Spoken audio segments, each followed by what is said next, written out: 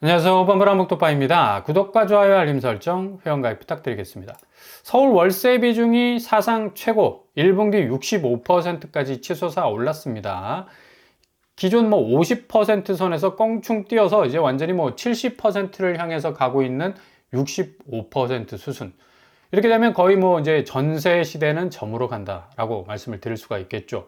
월세 쪽으로 무게중심이 옮겨져 가는 것을 볼 수가 있는데, 가파르게 늘어나는 서울주택 월세 비중 그래프만 보더라도 용해 비상에 해당하는 그런 궤적을 보여주고 있는데 쑥 하고 지금 올라오고 있습니다. 2025년 1분기 64.6을 지금 찍고 있기 때문에 작년 1분기에 비해서 거의 10% 이상 성장하는 그런 월세 시장인 것을 볼 수가 있습니다. 내년 정도 되면 충분히 70% 찍을 가능성도 있겠고요. 어차피 이 전세 시장이라는 것은 한국에 딱 고착되어 있는 유일한 이 임대 환경, 임대 시장 아닙니까? 다른 나라에는 없어. 그만큼 지금 전세 시장이 늘 세입자에게 있어서는 불리한 환경을 제공을 했어요. 집주인이 보증금 올려달라고 하면 할 자리 없이 그냥 올려줘야 하는, 늘 을의 입장에서 당해야 하는 그런 이 포지션이었는데, 이제 그런 전세에 대한 부담감이 계속적으로 커질 수밖에 없는 거고, 지금 일단 재작년부터 시작된 전세 사기, 전세하면 사기라는 이 함수 관계가 딱 지금 내리속에 박혀 있기 때문에, 이런 공포 심리와 더불어서 전세 자금 대출뿐만 아니라 그 대출을 받으면 고금리가 지금 딱 거의 세팅화되어 있기 때문에, 금리 부담이 내 집 마련하기 전에 벌써부터 전세 시장에서 엄청난 대출 파일을 물고 들어가는 것도 굉장히 부담스러울 수밖에 없고요. 그러니까 서울주택의 월세화는 빠른 속도로 진행 중에 있을 수밖에 없는 거고, 그만큼 지금 서울의 지금 집값 자체가 너무 비정상적으로 엄청나게 올랐었기 때문에 전세가도 같이 오르는 그런 경향을 가지고 있었죠. 그래서 전세 아파트 들어가려 해도 목돈이 필요한 그런 시점이니까 이거 대출 땡겨서 들어가기도 굉장히 좀 부담스러운 거라. 그러니까 어차피 같은 임대 시스템이니까 월세 쪽으로 가자라는 선택지가 계속적으로 넓어질 수밖에 없는 거고요. 서울주택의 월세 계약 비중은 지난해 2분기 58.9%에서 올해 1분기 65%에 육박하는 수준으로 비중이 지금 커지고 있습니다. 이유는 전세대출 보증 비율 하향화되고 있습니다. 보증 비율이 기존 100%에서 90%로 하향화되고 있고, 스트레스 DSR 3단계가 이제 7월부터 본격 시행이 되면 1.5% 신용대출, 기타 대출 모든 대출에 있어서 가산금리가 딱 붙게 돼. 이렇게 되면 금리가 가뜩이나 금리가 체감적으로 느껴지기에 많이 내려가는 느낌이 안 드는 상태에서 오히려 플러스 1.5% 가산금리가 붙게 되니까 전세 시장에 대해서 상당히 보수적인 입장을 가질 수밖에 없는 거고요. 이렇게 되다 보니까 스트레스 DSR 1단계, 2단계, 3단계 점점 수위가 높아져 가는 금리에 대해서 상당히 신경을 쓸 수밖에 없는 거고, 아니 애초부터 내가 집을 사기 전인데 전세 사는 데 있어서 이렇게 무리할 이유가 있나? 분명한 그런 계산이 쓸 수밖에 없다는 얘기입니다. 그리고 대외적인 환경을 보더라도 미국 국채금리 10년물이 한국의 주담대의 금리 직격하는 영향을 주고 있죠. 4.2 아직도 너무 높아. 보통 올해 초반만 해도 거의 3.5 정도 낮아졌었는데, 미국 국채금리가 참 심상치 않게 지금 계속해서 지금 수위를 유지하고 있다라는 사실.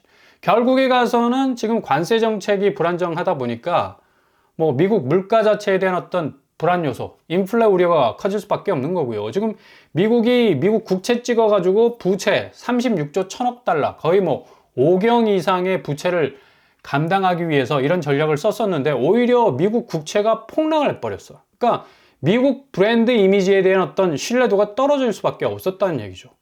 7월 전으로 이 디폴트, 채무 불이행이 발생할 수도 있다는 공포감이 확산되면서 셀 USA 지속적으로 지금 전개가 되고 있습니다. 주식시장이 연초에 붕괴했기 때문에 그 붕괴된 자금들이 미국 국채로 분명히 몰려들 것을 예상했는데 오히려 유럽 쪽으로, 아시아 쪽으로 빠져나가 버렸죠. 그러니까 미 국채에 당연히 엄청난 여파가 생길 수밖에 없는 거고, 금리가 계속해서 오르니까 지금 국내 금리조차도 계속적으로 영향을 받을 수밖에 없다는 얘기죠. 그래서 지금 트럼프 정부의 입장에서는 주식시장이 붕괴된 걸 다시 끌어올려야 하는 그런 단기적 과제가 지금 존재하고 있습니다. 다우, 나스닥, S&P 500. 어제 가까스로 보합세를 유지하고 있었지만 지난주 3일 연속 쭉 하고 올랐던 그 상승세는 지금 유지하고 있습니다. 그만큼 지금 굉장히 말머리를 돌려서 뚜닥뚜닥뚜닥 달려야 하는 그런 급한 마음을 가질 수밖에 없는 트럼프입니다. 지금 관세 정책이 지금 끝발 있게 좀 착착 들어맞아야 되는데 여기 국채 부분에서 지금 변수가 생겨버렸으니까 이건 어찌할 도리가 없는 거야. 그러니까 어쨌거나 저쨌거나 지금 주식 시장을 다시 부양할 수밖에 없기 때문에 지금 한국 사람들이 제일 지금 미국 증시에 쏟아놓은 두 종목 테슬라, 엔비디아 거의 반토막 나지 않았습니까? 그래서 거의 등에서 식은땀이 흐를 정도로 악몽을 꾸면서 그냥 밤사이에 잠을 뒤척이면서 자지 못했던 사람들이 많은데 걱정하지 마시라. 다시 테슬라와 엔비디아는 작년 이맘때였던 모습대로 고스란히 다시 반등할 가능성이 높습니다. 테슬라는 벌써 이제 300선을 향해서 가고 있죠. 어제도 악재가 하나 터졌었는데 그럼에도 불구하고 0.33% 올랐었습니다. 본장에서는. 애프터마켓에는 조금 떨어졌는데 그럼에도 불구하고 상당히 좀 많이 견고한 그런 어떤 형태를 보여주고 있는데 뉴욕주에서 좀 삐리하게 나왔죠. 딜러십 박탈 추진. 그러니까 테슬라 자동차를 못 팔게 하겠다는 얘기. 아니 뉴욕 하면 금융도시 자본주의의 총화 아닌가? 근데 왜 특정한 어떤 이 브랜드 자동차에 대해서 이렇게 악감정을 가지고 있는 건지.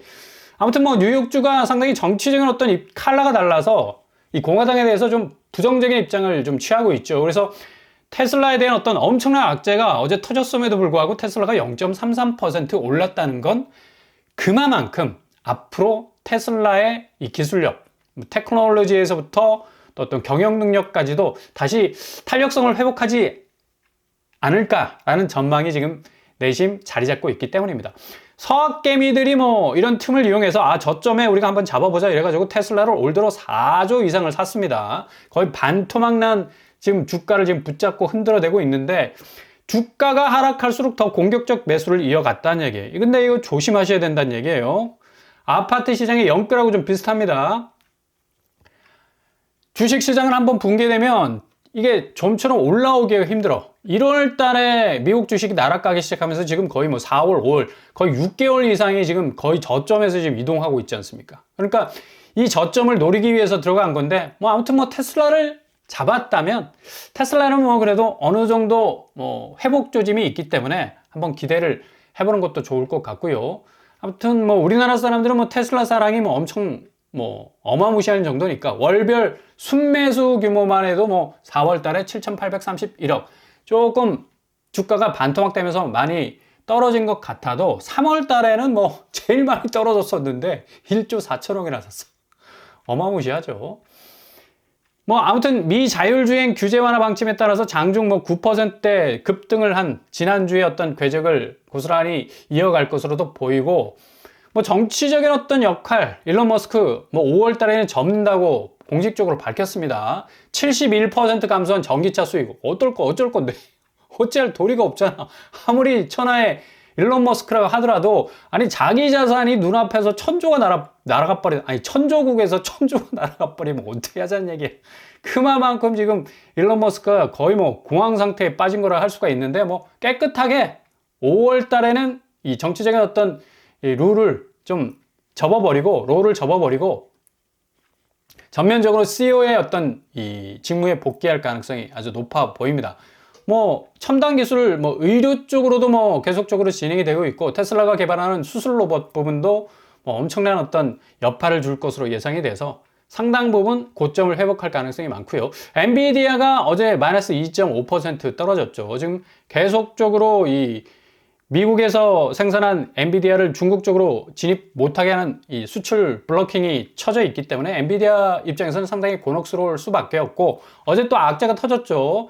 중국 화웨이가 고성능 AI 칩 개발 하겠다는 보도가 터졌습니다. 그래서 3.6% 확실히 가격 우위에서는 엔비디아가 뒤처질 수밖에 없죠. 화웨이가 상당히 성능은 좋고 가격은 좀 낮출 수 있는 그런 어떤 여건을 가지고 있기 때문에 그래서 엔비디아의 주력 제품인 H100보다 더 강력한 어마무시한 반도체를 개발을 해서 칩을 개발해서 뿌린다는 건데 헬리콥터에서 뿌리는 이 무서움은 뭐 어떻게 당해낼 도리가 없는 겁니다.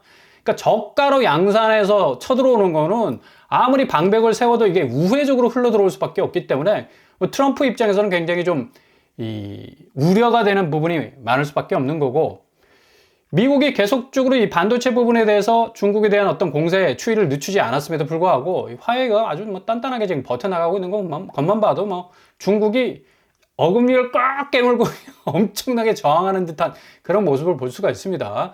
아무튼 이번 주에 빅테크 실적 발표를 앞두고 있기 때문에 다우 그리고 나스닥, S&P 500은 관망세를 유지할 건데 뭐 실적 자체가 굉장히 좋게 나오면 상당히 또 주식 부분은 반등세를 탈 가능성이 높겠죠.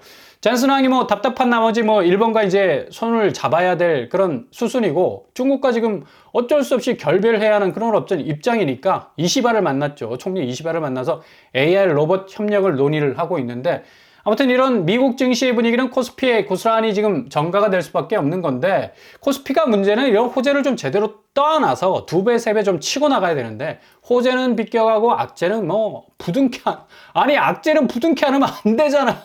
그만큼 피해 나가야 할 리스크가 큰데 외국인들은 장 개장하자마자 다시 600억 이상 팔고 있고요. 지금 삼성반도체 지금 앞으로 갈 길이 지금 구말리인데, SK 하이닉스가 지금 삼성전자 영업이익을 넘어서는 어떤 기록을 지금 찍고 있어서 반도체 시장도 지금 삼성이 어느 정도 정말 대로를 확보를 해가지고 치고 나갈 수 있을지 한번 지켜봐야 할 대목이고요. SK 하이닉스가 올해 1분기 7조 4,405억 어마무시합니다. 영업 기록을 했고, 야, 이렇게 되면 뭐 삼성을 거의 뭐 제치고 나갈 수 있는 그런 어떤 탄력성을 발휘를 할 가능성이 높다는 얘기입니다. 이런 와중에 뭐 대외 변수, 국내 변수, 여러모로 경기가 좋지 않은 그런 어떤 상황 속에서 아니 서울 아파트만 그냥 승승장구, 아니 부동산 시장에 뭐를 우리나라는 묻어놨길래 이렇게 대외적으로 대내적으로 좋지 않은 경기 상황에서 서울 아파트 집값 평균 13억이 넘어갔습니다. 야, 이런 상황이다 보니까 정말 뭐 실수요자가 어떻게 손을 댈 수가 없어. 손만 딱 대면 뜨거워 그냥 그대로 손을 귀에다 딱 깃볼에다 가져갈 수밖에 없을 정도로, 그 정도로 지금 서울 집값이 어마무시하게 올랐는데, 지금 문제는 실거래가 현장입니다. 그러니까 실질적으로 그렇게 호가세를 올려놨지만 집주인 입장에서는 집을 내놔도 팔리질 않으니까, 아니 가격 낮출 때니까 좀 팔아만 주세요 라고 전화가 오면서 뭔가 이 사무실을 드나드는 어떤 발걸음들이 실질적인 어떤 집주인들이 부리는 호가세를 딱 들으면 그냥 화들짝 놀랄 수밖에 없는 거죠. 그러니까 거래 내고가 좀 실질적으로 이루어지면 뭐 인력 낮출 수가 있겠는데, 이게 기본적으로 지금 쫙 깔린 거 봐. 13억 5천, 39억, 26억. 아파트 시세가 이러면 안 되잖아, 지금. 서울 아파트가, 야, 정말 미쳤습니다. 미쳤어. 집값 자체가 이게 제대로 잡히지 않으면, 이게 지금 경기 자체, 한국 경제의 펀더멘털 자체가 지금 완전히 뒤집어지는 상황 속에서 집값만 이렇게 승승장구한다면 이거 다 거품이란 얘기예요. 근거 없는 실체란 얘기지. 그죠? 지금 뭐 실질적으로 아파트 거래량은 뭐 2,491건으로 훅 줄어든 상태고, 지금 3월만 해도 뭐 9,000건까지 갔는데, 거래량이 뭐 줄어들 수밖에 없으니까 뭐 거래가는 당연히 깔아앉을 수밖에 없는 거죠. 그래서 무조건 무주택자들은 가성비로 가시라. 제가 초반에 전세 말씀드렸죠. 월세로 진행된, 월세 수요가 또 몰리게 되면 월세 임대료도 또 높아지게 됩니다. 그래서 장기 안심주택 같은 이런 어떤 이 틈새 우회로를 발견한 게 중요해요. 사람들이 잘 모릅니다, 이거. 서울시 무주택 시민만 받을 수 있는 특혜입니다, 특혜. 서울 시민만 받을 수 있는 특혜야. 주택의 보증금 30% 10년간 무이자로 빌려준다는 얘기죠. 최대 6천만 원. 그러니까 무주택자면 신청만 하면 6천만 원 받아 나갈 수 있어요. 공급 유형이 한 4천호 정도 되는데, 이거 개꿀 아닙니까? 아니 누가 어떤 은행에서 무이자로 10년간 6천만 원을 빌려줘? 그러니까 이 보증금 자체를 상당히 좀 확보할 수 있는 굉장히 어떤 좋은 기회라고 볼 수가 있겠고, 가구 원수 무관한 전용 8호제곱 이하, 전세 보증금 4억 9천만 원 이하 정도 되면 충분히 활용 가능할 수 있는 그런 어떤 보증금을 10년간 무이자로 6천만 원 확보할 수 있는 길이 트인 거예요. 그래서 접수는 5월 12일부터 14일입니다. 이거 서울 살면서 무주택자라면 이거 놓치면 안 되지 않습니까? 이런 혜택은 받아가야지. 세금 그렇게 냈잖아, 지금까지. 세금 그렇게 냈으면 내가 그 세금 낸 만큼 혜택을 받아가야 돼. 몰라서 혜택을 못 받는 거야, 그러니까. 그죠? 이런 부분은 좀 필터링을 좀 하시고, 입주자 모집 공고일 현재 서울특별시에 주민등록이 등재된 무주택 세대 구성원이면 누구나 6천만 원을 받아갈 수 있다. 기억하실 수 있길 바랍니다. 그리고 무순위 줍줍 동탄 롯데캐슬, 미친 롯데캐슬이죠. 여기 모집 공고가 곧 나올 예정이라고 합니다. 단지 배치도 아주 참하게 구성이 돼 있고요. 무순위 한 가구, 계약 취소 4가구, 지난번에 나온 가구가 5가구 정도 나왔어요. 이번에 한 두세 가구 정도 나온다고 하는데 전용 84에서 4억 8천만 원 정도로 나올 것으로 예상이 됩니다. 지금 가격은 매물만 16억 7천, 거의 17억에 가깝죠. 그리고 이 전세보증금이 7억 정도니까 4억 8천이면 뭐 전세보증금 뭐 5억 정도 내놔도 충분히 분양가를 까고도 남을 정도로 어마무시한 메리트가 있는 그런 어떤 청약이라고 할 수가 있겠습니다. 이런 것도 놓치면 안 되죠. 전국 청약이 될 가능성이 높기 때문에 뭐 동탄에 굳이 안 살아도 됩니다. 서울, 경기, 인천 모든 지방, 대구, 부산 할 것 없이 다 지원 가능할 수 있으니까 이런 데도 뭐 잘 노리셔야 되겠고요. 동탄역 롯데캐슬은 동탄역이 아주 가깝고, 그리고 뭐 평면도 아주 내실 있게 잘 구성이 되어 있고 드레스룸까지 장착이 되어 있네요. 아무튼 월세 비중이 높은 건 앞으로 매매 시장이 더욱더 위축될 가능성이 높다. 그만큼 내가 무리해서 전세로 들어갈 생각도 없고 무리해서 집을 살 생각도 없기 때문에 고금리를 감안한 수요 이동이 대폭적으로 지금 진행이 되고 있습니다. 누가 터닝 포인트를 잡느냐의 싸움이겠죠. 자본시장의 대변화는 바로 눈앞에 와 있는데 여전히 서울 아파트는 지금 엄청난 펌프질을 하고 있으니까 그 펌프질 자체가 거품이란 얘기입니다. 그 거품의 값이 붕괴되면 완전히 집값 시장은 초토화될 가능성도 있다는 얘기죠. 한국 아파트 시장의 새로운 분기점이 시작되는 이 즈음에 정말 잘 기다리시면서 기회를 잡으실 수 있길 바랍니다.